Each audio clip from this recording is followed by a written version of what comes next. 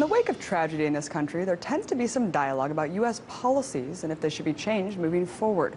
Of course, after the Newtown shooting, we opened a conversation about gun legislation, and for some about mental health. But the policies talked about in the wake of tragedy aren't always logical. In fact, sometimes they're downright outlandish.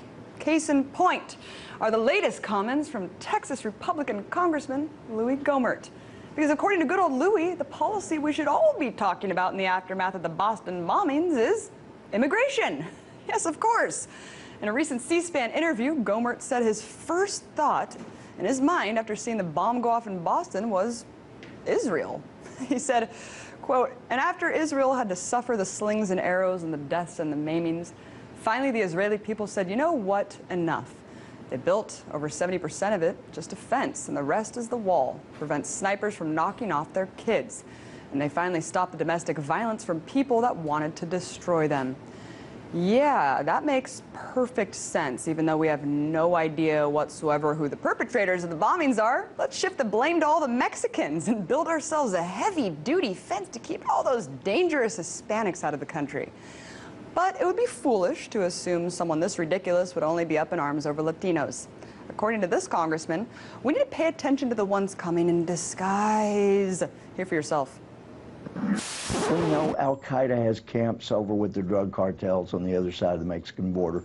We know that people are now being trained to come in and act like Hispanic when they're radical Islamists. We know these things are happening, and it's just insane not to protect ourselves and make sure that people come in, and as most people do, they want the freedoms we have.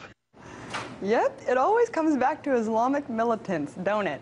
Apparently Al-Qaeda has camps with the drug cartels in Mexico. Interesting, considering I've never actually seen one fact backing up that absurd claim. Keep in mind, he said all of this within 2 days of the attack. Frankly, I find it disgusting that he would capitalize on the Boston tragedy to promote an anti-immigration agenda. You know, it's times like these when I wonder how these kind of congressmen were ever elected by the people. What does it say about this country when bigoted, xenophobic Islamophobes are paid to represent us and pass bills in our name? So thank you, Congressman Louis Gohmert, for exemplifying why a radical overhaul of the political system is desperately needed. So, if he's the villain, then who is the hero? Well, in the chaos that's ensued since Monday, it's important that we highlight the quick response from so many good Samaritans.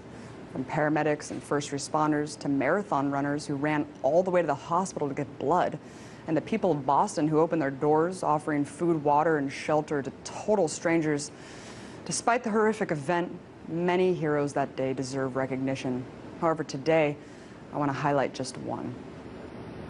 Carlos Arredondo, a peace activist who happened to be at the Boston Marathon. And within moments of the bombings, he selflessly ran toward the disaster zone to help those who were injured. Carlos's story goes back much deeper, though. You see, the reason he was there at all was because he was supporting friends in the National Guard who were running in honor of Carlos's son, one fallen soldier who died in Iraq almost 10 years ago, and another who he lost to suicide. Since the untimely death of both of his sons, Carlos has become one of the most vocal peace activists in the country, often carrying a makeshift coffin to symbolize his son.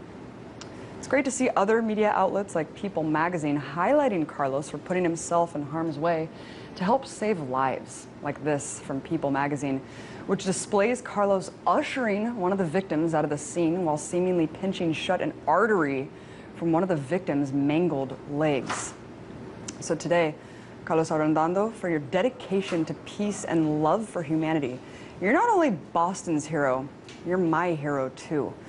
You know, Carlos's deed reminds us to not only lead with our words, but with our actions. So get up, get out, and do something inspiring.